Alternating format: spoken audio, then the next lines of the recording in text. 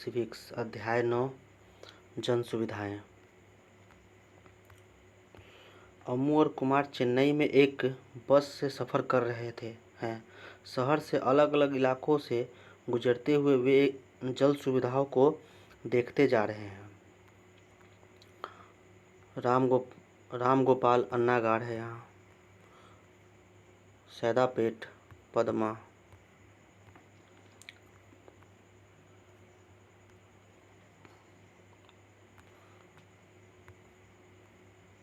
मडिपाक्कम, Mylapore, Subramaniam water tank city. Chennai के लोग और पानी। श्री राम गोपाल जैसे आला सरकारी अफसर चेन्नई के अन्नागाड़ में रहते हैं। भरपूर पानी के छिड़काव के कारण हरे भरे बाग बगीचों वाला यह इलाका खासा आकर्षक है। यहाँ के नलों में 24 घंटे पानी आता रहता है। जब पानी की आपूर्ति कम होती है तो श्री राम गोपाल नगर जल निगम में परिचित एक बड़े अफसर से बात करते हैं और फौरन उनके लिए पानी के टैंकर का इंतजाम हो जाता है। शहर के ज़्यादातर इलाकों की तरह मैलापुर में सुब्रमण्यम के अपार्टमेंट में भी पानी की कमी है। यहाँ नगर पालिका 2 दिनों में एक बार पानी उपलब्ध कराती है। कुछ लोगों की ज़रूरतें निजी बोरवेल से पूरी हो जाती है, लेकिन बोरवेल का पानी खारा है। लोग उसे शौचालय और साफ सफाई के लिए इस्तेमाल करते हैं। दूसरे कामों के लिए टैंकरों का पानी खरीदना पड़ता है। सुब्रमण्यम टैंकरों के पानी खरीदने के लिए हर महीने 500 से 600 रुपये खर्च करता है। पीने के पानी को साफ करने के लिए लोगों ने घरों में जल शोधन उपकरण लगवाए हुए हैं। मडिपाक्कम के एक मकान में शिवा पहली मंजिल में किराए पर रहता है। उसे 4 दिन में एक बार पानी मिलता है। पानी की कीमत के कारण वह अपने परिवार को चेन्नई नहीं ला पा रहा है। पीने के लिए शिवा बाजार से पानी की बोतलें खरीदता है। पद्मा घरेलू नौकरानी है। वह सैदापेटा में काम करती है और पास ही एक झुग्गी बस्ती में रहती है। उसकी झुग्गी का किराया 650 रुपये माहवार है। इसकी झुग्गी में न तो शौचालय है और न ही पानी का अन्य स्रोत। इस तरह की 30 झुग्गियों के लिए कोने में एक ही नल है। इस नल में रोज़ 20 मिनट के लिए एक बोरवेल से पानी आता है। इस दौरान एक परिवार को ज़्यादा से ज़्यादा 3 बाल्टियाँ भरने का मौका मिलता है। इसी पानी को लोग नहाते, धोते और पीने के लिए इस्तेमाल करते हैं। गर्मियों में पानी इतना कम हो जाता है कि कई परिवारों को पानी ही नहीं मिल पाता। उन्हें टैंकरों का घंटों इंतजार करना पड़ता है। आपने ऊपर उल्लिखित 4 स्थितियों को देखा। आप बताइए कि चेन्नई में पानी की स्थिति कैसी है। उपरोक्त वर्णन से घरेलू इस्तेमाल में विभिन्न जल स्रोतों को चुनें। आप अपनी राय में सुब्रमण्यम और पद्मा के अनुभवों की क्या समानता है और क्या अलग है। आपके इलाके में जल पूर्ति की स्थिति का वर्णन करते हुए एक अनुच्छेद लिखें। देश के ज़्यादातर स्थानों पर गर्मियों में पानी बूंद बूंद क्यों आने लगता है, पता लगाइए। कक्षा में चर्चा के लिए, क्या चेन्नई के सभी के लिए पानी का संकट है? क्या आप बता सकते हैं कि अलग अलग लोगों को अलग अलग मात्रा में पानी क्यों मिलता है? 2 कारण बताइए। जीवन के अधिकार के रूप में पानी। जीवन और स्वास्थ्य के लिए पानी आवश्यक है। न केवल यह हमारी दैनिक ज़रूरतों को पूरा करते हैं के लिए आवश्यक है, बल्कि पीने का साफ पानी बहुत सारी पानी से होने वाली बीमारियों को भी रोक सकता है। भारत की स्थिति यह है कि जिन देशों में दस्त, पेचिश और हैजा जैसी बीमारियों के सबसे ज़्यादा मामले सामने आते हैं, उनमें उनका स्थान काफ़ी ऊपर आता है। पानी से संबंधित बीमारियों के कारण हर रोज़ 1600 से ज़्यादा भारतीयों मौत के मुंह में चले जाते हैं। भारतीय उनमें से ज़्यादातर 5 साल से भी कम उम्र के बच्चे होते हैं। अगर लोगों के पास पीने का पानी सहज रूप से उपलब्ध हो तो इन मौतों को रोका जा सकता है। भारतीय संविधान के अनुच्छेद 21 के अंतर्गत पानी के अधिकार को जीवन के अधिकार का हिस्सा माना गया है। इसका मतलब है कि अमीर गरीब हर व्यक्ति का यह अधिकार है कि उसे सस्ती कीमत पर दैनिक ज़रूरतों को पूरा करने के लिए पर्याप्त मात्रा में पानी मिले। कहने का मतलब यह है कि पानी तक सार्वभौमिक पहुँच होनी चाहिए। दूसरे शब्दों में सबको पानी मिलना चाहिए। उच्च न्यायालय और सर्वोच्च न्यायालय के कई मुकदमों में यह कहा गया कि सुरक्षित पेयजल का अधिकार भी मौलिक अधिकारों में से एक है। 2007 में आंध्र प्रदेश उच्च न्यायालय ने पानी में गंदगी के सवाल पर महबूबनगर जिले के एक किसान द्वारा लिखे गए पत्र के आधार पर चली सुनवाई में इस बात को फिर से दोहराया कि पत्र भेजने वाले किसान की शिकायत की थी कि एक कपड़ा बनाने वाली कंपनी गांव के पास स्थित जलधारा में विषैले रसायन छोड़ रही है। उससे भूमिगत पानी दूषित हो गया है, जो कि सिंचाई और पीने के पानी का स्रोत है। इस मुकदमे के आधार पर न्यायाधीशों ने महबूबनगर जिले के कलेक्टर को आदेश दिया कि वह गांव के प्रत्येक व्यक्ति को हर रोज 25 लीटर पानी उपलब्ध कराए। जल अधिकार का मतलब है कि प्रत्येक व्यक्ति को व्यक्तिगत और घरेलू इस्तेमाल के लिए पर्याप्त सुरक्षा, स्वीकार्य भौतिक रूप से पहुंच के भीतर और सस्ती दर पर पानी मिलने चाहिए। जन सुविधाएं। पानी की तरह कुछ अन्य सुविधाएं भी जिनका हर व्यक्ति के लिए इंतजाम किया जाना चाहिए। पिछले साल आपने स्वास्थ्य और स्वच्छता इन दोनों सुविधाओं के बारे में पढ़ा था। इसी तरह बिजली, सार्वजनिक परिवहन, विद्यालय और कॉलेज भी अनिवार्य चीजें हैं। इन्हें जन सुविधा के नाम से जाना जाता है। किसी जन सुविधा की एक महत्वपूर्ण विशेषता यह होती है कि एक बार निर्माण हो जाने के बाद उसका बहुत सारे लोग इस्तेमाल कर सकते हैं। मसलन अगर गांव में एक स्कूल बना दिया जाए तो उससे बहुत सारे बच्चों को शिक्षा मिलती है। इसी तरह किसी इलाके में बिजली की आपूर्ति बहुत सारे लोगों के लिए फायदेमंद हो सकती है।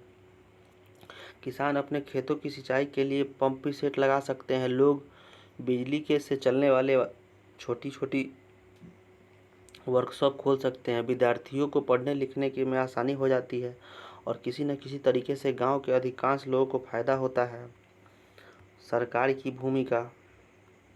भारतीय संविधान से 6 से 14 वर्ष की आयु के सभी बच्चों को शिक्षा के अधिकार की गारंटी देता है। इस अधिकार का महत्वपूर्ण पहलू यह है कि सभी बच्चों को समान रूप से स्कूली शिक्षा उपलब्ध हो। लेकिन शिक्षा पर अध्ययन करने वाले कार्यकर्ताओं एवं शोधकर्ताओं के निष्कर्षों से यह तथ्य सामने आया है कि भारत में स्कूली शिक्षा में हमेशा से काफ़ी असमानता रही है। क्योंकि जन सुविधाएं इतनी महत्वपूर्ण है, इसलिए उन्हें मुहैया कराना की जिम्मेदारी किसी न किसी को तो ऊपर जरूर आनी चाहिए। जी हाँ, यह जिम्मेदारी सरकार के ऊपर आती है। सरकार की बहुत सारी महत्वपूर्ण जिम्मेदारियों में से यह एक है, वह भी लोगों को इस तरह की जन सुविधाएं मुहैया कराए। आइए इस बात को समझें कि यह जिम्मेदारी सरकार और केवल सरकार को ही क्यों उठानी चाहिए। हम देख चुके हैं कि निजी कंपनियां मुनाफे के लिए चलती है। कक्षा 7 में पुस्तक में बाजार में एक कमीज अध्याय को आप पढ़कर आप यह समझ चुके हैं कि ज़्यादातर जन सुविधाओं में मुनाफे की गुंजाइश नहीं होती। उदाहरण के लिए नालियों को साफ करने या मलेरिया रोधी अभियानों को चलाने से किसी कंपनी को क्या मुनाफा हो सकता है।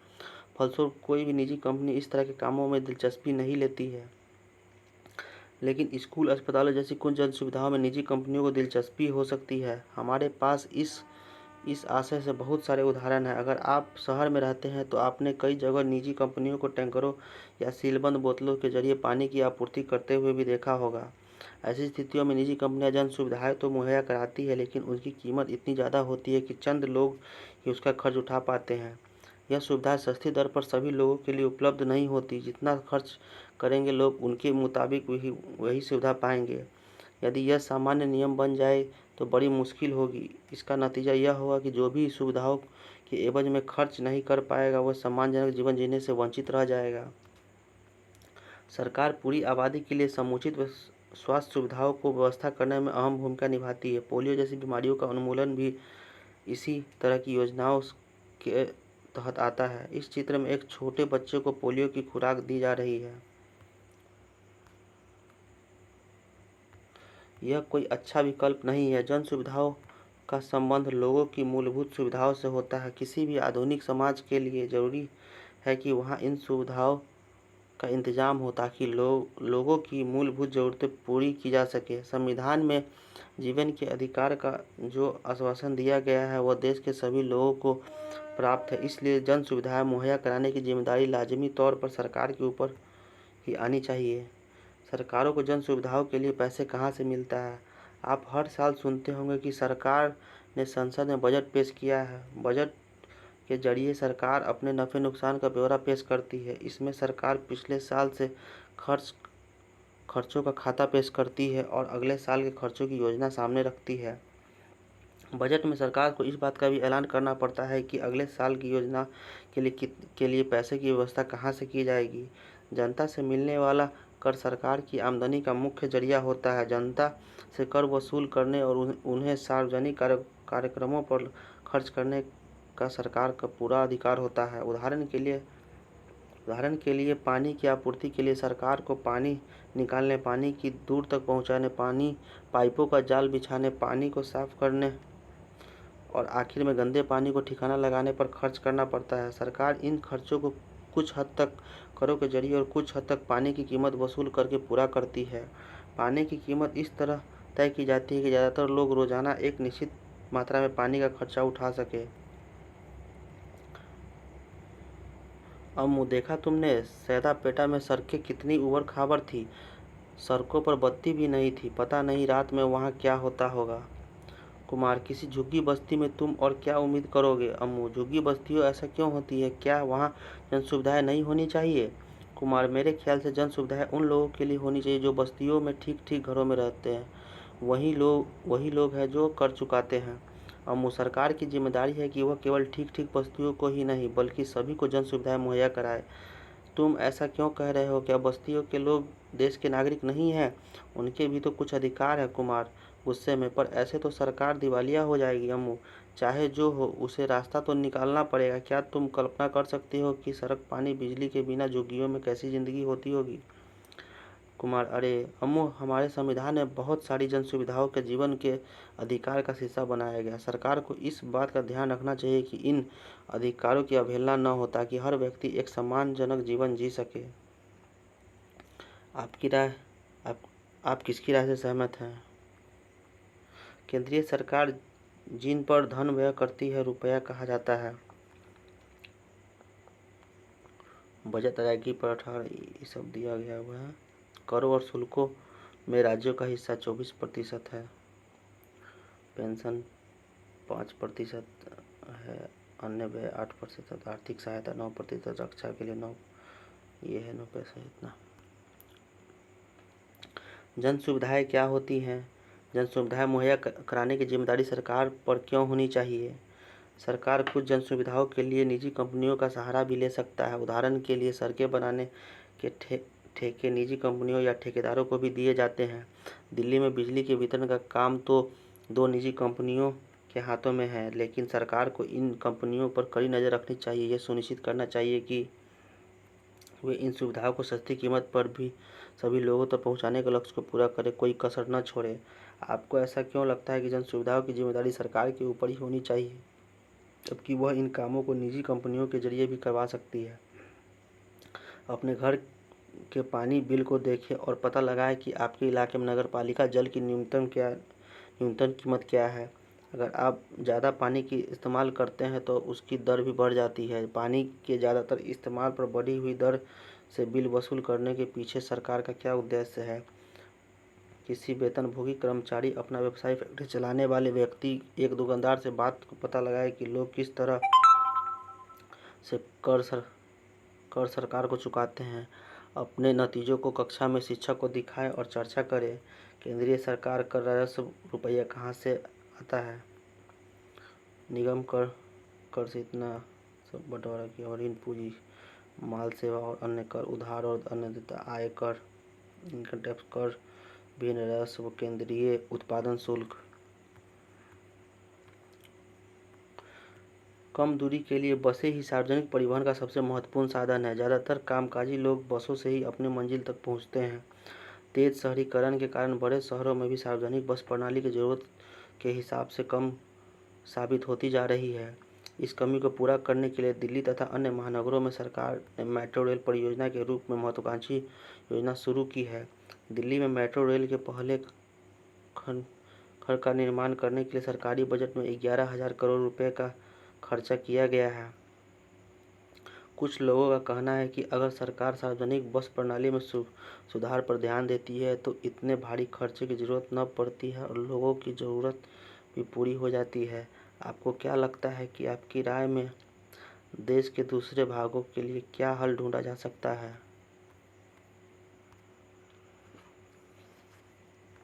चेन्नई में पानी की आपूर्ति, क्या आपको पानी मिल रहा है। इसमें कोई शक नहीं है कि जन सुविधाएं सभी को मुहैया होनी चाहिए, लेकिन हकीकत में ऐसा नहीं है। बहुत सारे स्थानों पर ऐसी सुविधाओं का भारी अभाव है। इस अध्याय के अगले हिस्से में आप पानी की व्यवस्था के बारे में पढ़ेंगे। यह जन सुविधा बहुत मायने रखती है। जैसा कि इस अध्याय की शुरुआत में हमने देखा कि चेन्नई में पानी की भारी कमी है। नगर पालिका की आपूर्ति के शहर की लगभग आधी ज़रूरतों को भी पूरा हो पाती है। कुछ इलाकों में नियमित रूप से पानी आता है, कुछ इलाकों में बहुत कम पानी आता है। जहाँ पानी का भंडारण किया गया उसके आसपास के इलाकों में ज़्यादा पानी आता है, जबकि दूर की बस्तियों को कम पानी मिलता है। जलापूर्ति के कमी का बोझ ज़्यादातर गरीबों पर पड़ता है। जब मध्यम वर्ग के लोगों के सामने पानी की किल्लत पैदा हो जाती है तो इस वर्ग के लोग ज़्यादा आसानी से इसका हल ढूंढ लेते हैं। वे बोरवेल खोदकर, टैंकरों से पानी खरीद कर या बोतल बंद पानी खरीद कर अपना काम चला लेते हैं। पानी की उपलब्धता के अलावा कुछ ही लोगों की सुरक्षित पेयजल तक पहुंच पाते हैं। यह इस पर निर्भर करता है कि कोई व्यक्ति कितना खर्च कर सकता है। इस तरह संपन्न तबके के पास ज़्यादा विकल्प होते हैं। वे बोतलबंद पानी और जल शोधक उपकरणों के सहारे साफ पानी का इंतजाम कर सकते हैं। इस मद से खर्च कर सकने के कारण उन्हें साफ पानी मिल जाता है, परंतु गरीब इस सुविधा से वंचित रह जाते हैं। लिहाजा ऐसा लगता है कि जिन लोगों के पास पैसा है उन्हीं के पास पानी का अधिकार है। यह स्थिति पर्याप्त और स्वच्छ पेयजल उपलब्ध कराने के लक्ष्य से बहुत दूर है। ग्रामीण इलाकों में मनुष्य और मवेशियों दोनों के लिए पानी की जरूरत पड़ती है। यहाँ कुआं, हैंडपंप और तालाब, कभी-कभी छत पर स्थित टंकियों से पानी मिलता है। इनमें से ज़्यादातर निजी स्वामित्व में है। शहरी इलाकों के मुकाबले ग्रामीण इलाकों में सार्वजनिक जलापूर्ति का और भी ज़्यादा अभाव है। किसानों से पानी छीनना। पानी की कमी ने निजी कंपनियों के मुनाफे के नए रास्ते खोल दिए। बहुत सारी कंपनियों शहर के आसपास के इलाकों से पानी खरीदकर शहरों में बेचती है। चेन्नई में मामदूर, पालूर, कारुन, गिंझी जैसे कस्बों और शहर में उत्तर में स्थित गांवों में पानी लाया जाता है। 13,000 से भी ज़्यादा टैंकर इस काम में लगे हुए हैं। हर महीने पानी के व्यापारी किसानों को पेशी रकम देते हैं ताकि वे किसानों की ज़मीन से पानी निकाल सके। इस तरह केवल खेतों का पानी छीन जाता है, बल्कि गाँव के लिए पीने का पानी की आपूर्ति भी कम पड़ने लगती है। नतीजा यह है कि इन सारे कस्बों और गाँवों में भूमिगत जल का स्तर बहुत बुरी तरह गिर चुका है। विकल्पों की तलाश। चेन्नई की स्थिति कोई अनूठा नहीं है। गर्मियों में महीनों में पानी की कमी की यह हाल देश के दूसरे शहरों में भी दिखाई देने लगता है। नगरपालिका की जलापूर्ति में कमी से निपटने के लिए निजी कंपनियां ज़्यादा से ज़्यादा इलाकों में फैलती जा रही है। ये कंपनियां अपने मुनाफे के लिए पानी बेचती है। पानी के इस्तेमाल में भी ज़बरदस्त गैर बराबरी दिखाई देती है। शहरी इलाकों में प्रति व्यक्ति लगभग 135 लीटर पानी प्रतिदिन मिलना चाहिए। पानी की यह मात्रा 7 बाल्टी के बराबर है। शहरी जल आयोग ने यह मात्रा तय की है, लेकिन झुग्गी बस्तियों में लोगों को रोजाना प्रति 20 लीटर पानी 1 बाल्टी भी नहीं मिलता। दूसरी तरफ आलीशान होटलों में रहने वाले लोगों को रोजाना प्रति व्यक्ति 1600 लीटर 80 बाल्टी पानी तक मिलता है। नगरपालिका के जरिए जलापूर्ति में कमी को अक्सर सरकार की नाकामयाबी माना जाता है। कुछ लोगों की दलील है कि चूंकि सरकार ज़रूरतों के हिसाब से पानी मुहैया नहीं करवा पा रही है और बहुत सारे शहरी जल विभाग घाटे में चल रहे, इसलिए जलापूर्ति का काम निजी कंपनियों को सौंप दिया जाना चाहिए। लगता है कि निजी कंपनियां ज़्यादा बेहतर काम कर सकती हैं। चर्चा। अगर सरकार जलापूर्ति की जिम्मेदारी से हाथ खींच ले तो क्या होगा? क्या आपको लगता है कि यह सही कदम होगा? इसी दलील की रोशनी में निम्नलिखित तथ्यों पर विचार कीजिए। दुनिया भर में जलापूर्ति की जिम्मेदारी सरकार पा रही है, पर निजी जलापूर्ति व्यवस्था उदाहरण बहुत कम है। दुनिया में कई ऐसे क्षेत्र हैं जहां सार्वभौमिक जलापूर्ति सब लोगों तक पहुंच चुकी है। नीचे के बक्से देखें। पोर्तो एलेग्रे में सार्वजनिक जलापूर्ति। पोर्तो एलेग्रे ब्राज़ील का एक शहर है। इस शहर में बहुत सारे लोग गरीब हैं, लेकिन गौर करने वाली बात है कि दुनिया के दूसरे ज़्यादातर शहरों के मुकाबले यहाँ शिशु मृत्यु दर बहुत कम है। यहाँ नगर जल विभाग ने सभी लोगों की स्वच्छ पेयजल मुहैया करा दिया है। शिशु मृत्यु दर में गिरावट के पीछे यह सबसे बड़ा कारण है। यहाँ पानी की औसत कीमत कम रखी गई है और गरीबों से केवल आधी कीमत ली जाती है। विभाग को भी जो भी फायदा होता है उसका इस्तेमाल जलापूर्ति में सुधार के लिए किया जाता है। जल विभाग का काम पारदर्शी ढंग से चलता है। विभाग को कौन सी योजना हाथ में लेनी चाहिए, इस बारे में लोग मिलकर तय करते हैं। जनसभाओं में जनता प्रबंधकों का पक्ष सुनती है और जल विभाग की प्राथमिकताएं तय करने में वोट के जरिए फैसला करती है। जहां जलापूर्ति की जिम्मेदारी निजी कंपनियों को सौंपी गई, ऐसे कुछ मामलों में पानी की कीमत में भी भारी इजाफा हुआ।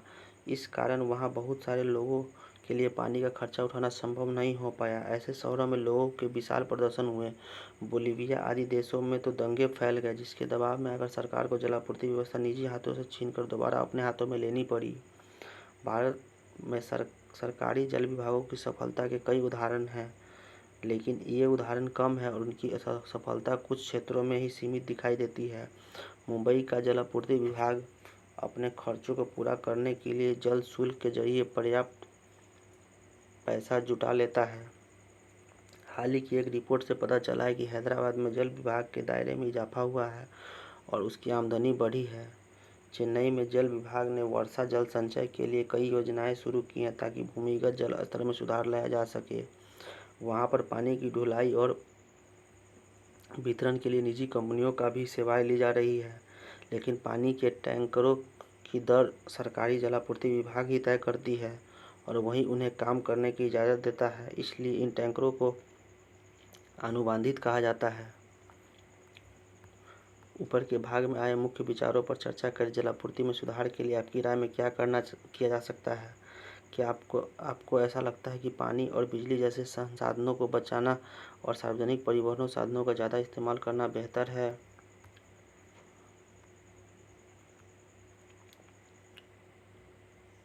मुंबई की उपनगरीय रेलवे एक अच्छी सार्वजनिक परिवहन प्रणाली है। यह दुनिया का सबसे घना यातायात मार्ग है। यह रेलवे हर रोज़ 65 लाख यात्रियों को एक जगह से दूसरी जगह ले जाता है। 300 किलोमीटर से भी ज़्यादा लंबे नेटवर्क पर चल रहे इन स्थानीय ट्रेनों के जरिए दूर दूर में रहने वाले लोग भी शहर में काम ढूंढने आते हैं। इस बात पर गौर करें कि शहरों में रहन सहन भारी लागत के कारण साधारण मेहनतकश लोग शहर में ही नहीं रह सकते। स्वच्छता संबंधी सुविधाओं का विस्तार। हमारे लिए पैखाने शौचालय, उन्होंने हैरानी से कहा। हम तो बाहर खुले में जाकर अपना काम निपटा लेते हैं, लेकिन तो तुम्हारे जैसे बड़े लोगों के लिए होती है। अछूतों की शिकायतों को याद करते हुए महात्मा गांधी का वक्तव्य। राजकोट स्वच्छता समिति 1896। पीने के साफ पानी के अलावा यह भी जरूरी है पानी से फैलने वाली बीमारियों को भी रोकने के लिए स्वच्छता का ध्यान रखा जाए। लेकिन भारत में स्वच्छता सुधारों का दायरा तो जलापूर्ति से भी छोटा है। 2011 में सरकारी आंकड़ों से पता चलता है कि भारत के 87% परिवारों के पास पेयजल की सुविधा उपलब्ध है, जबकि स्वच्छता सुविधाएं घर के भीतर शौचालय 53% परिवारों में ही है। यहाँ भी ग्रामीण और शहरी इलाकों में गरीबों की स्थिति ज़्यादा कमज़ोर दिखाई देती है। गैर सरकारी संगठन सुलभ इंटरनेशनल पिछले लगभग 5 दशक से निम्न आय वर्गों के सामने मौजूदा स्वच्छता के अभाव की समस्या से निपटने की कोशिश कर रही है। इस संगठन ने 8500 से ज़्यादा सामुदायिक शौचालय इकाइयाँ हैं। इससे ज़्यादा घरेलू शौचालय बनाए गए हैं, जिसमें से 2 करोड़ लोग इस सुविधाओं का लाभ उठा रहे हैं। सुलभ की सुविधाओं का इस्तेमाल करने वाले ज़्यादातर गरीब मेहनतकश वर्गों के लोग होते हैं। सुलभ ने सरकारी पैसों से शौचालय इकाइयाँ बनाने के लिए नगरपालिकाओं या अन्य स्थानीय निकायों के साथ अनुबंधन भी किए हैं। स्थानीय विभाग इन सेवाओं की स्थापना के लिए ज़मीन और पैसा मुहैया कराते हैं, जबकि रखरखाव की लागत कई बार प्रयोक्ताओं से मिलने वाले पैसे से पूर्ति की जाती है। शहरों में शौचालय के इस्तेमाल में 2 रुपये शुल्क लिया जाता है। अगली बार आप सुलभ शौचालय को देखते हैं तो हो सकता है कि यह खुद जानना चाहें कि ये शौचालय कैसे होते हैं।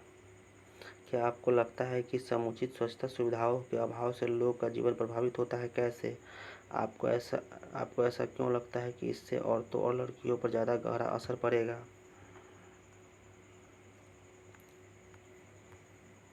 2011 की जनगणना केवल 40% ग्रामीण घरों में बिजली पहुंच चुकी है।